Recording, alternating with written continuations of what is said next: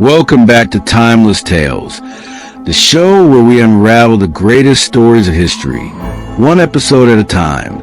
And today, we're delving into one of the most significant and tragic geopolitical splits of modern history, the division of Korea. How did one nation, with a shared language, culture, and history, end up split into two, North and South Korea? So drastically different from one another, was this an inevitable outcome? Or could history have taken a different turn? Let's travel back in time and uncover the roots of this great divide.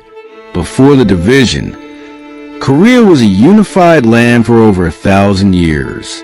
The Korean peninsula was home to powerful dynasties like the Goryeo, from which the name Korea is derived, and the Joseon dynasty, which lasted from 1392 to 1897. During this time, Korea developed a rich culture, strong Confucian traditions, and even its own unique writing system, Hangul, thanks to King Sejong the Great. However, in the late 19th and early 20th centuries, Korea faced a new challenge: foreign imperial ambitions. And this is where our tale of division truly begins. In 1910, the Korean peninsula fell under Japanese colonial rule, which lasted for 35 years. The occupation was brutal. Korean culture was suppressed, the language was banned in schools, and Koreans were forced into labor camps and military service. But as World War II drew to a close, Japan's empire began to collapse, and Korea's fate would soon be determined by two powerful nations, the United States and the Soviet Union.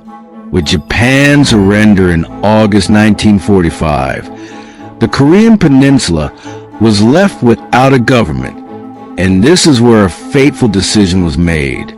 In what seemed like a temporary solution, the Allies agreed to divide Korea along the 38th parallel. The Soviets would occupy the north, while the Americans would take the south. The goal was simple: manage the transition until Korea could establish a single, independent government.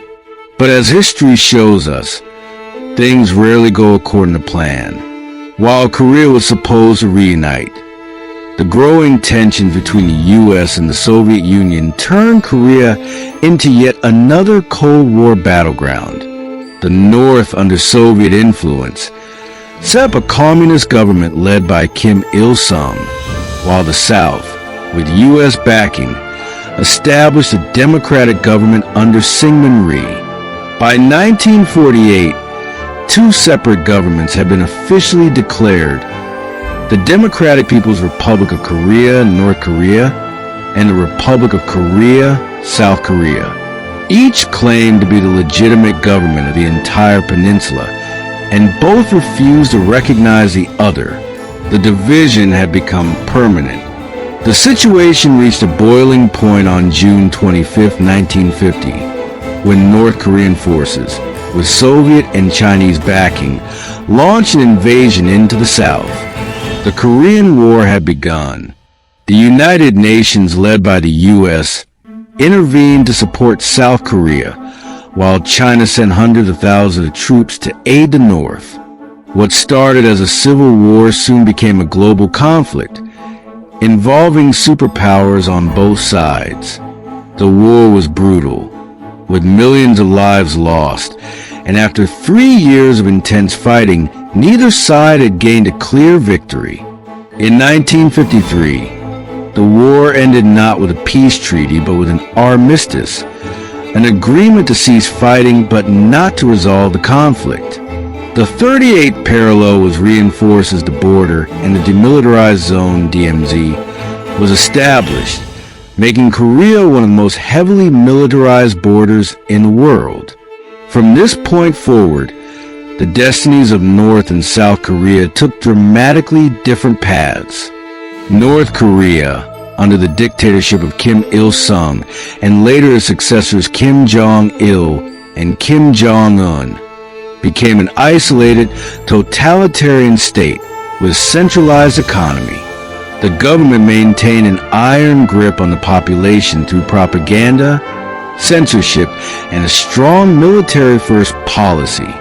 Economic hardships, famine, and strict control over information have kept North Korea in a near-perpetual state of crisis. South Korea, on the other hand, embraced democracy and capitalism, though the early years were marked by political instability.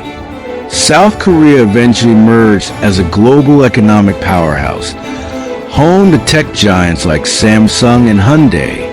By the late 20th century, South Korea had transformed into one of the most advanced and developed countries in the world. Despite their stark differences, the idea of reunification has never truly disappeared. Families remain divided, and every so often, diplomatic efforts emerge to ease tensions. Historic moments, such as the meetings between North and South Korean leaders, bring a glimmer of hope, but the reality remains challenging. The primary obstacles to reunification include the political and economic gap, nuclear threats, and external influences from China, the US, and Russia. While some dream of a peaceful unification, others fear the economic burden and political complexities that such a move would bring. So where does that leave us today? Korea remains one of the last remnants of the Cold War, a stark reminder of the ideological battles that shaped the 20th century. The division of Korea was never meant to be permanent.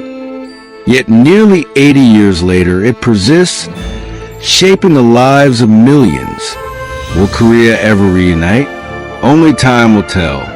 But until then, the Korean Peninsula stands as a living testament to the lasting effects of war, politics, and global power struggles. That wraps up today's episode of Timeless Tales.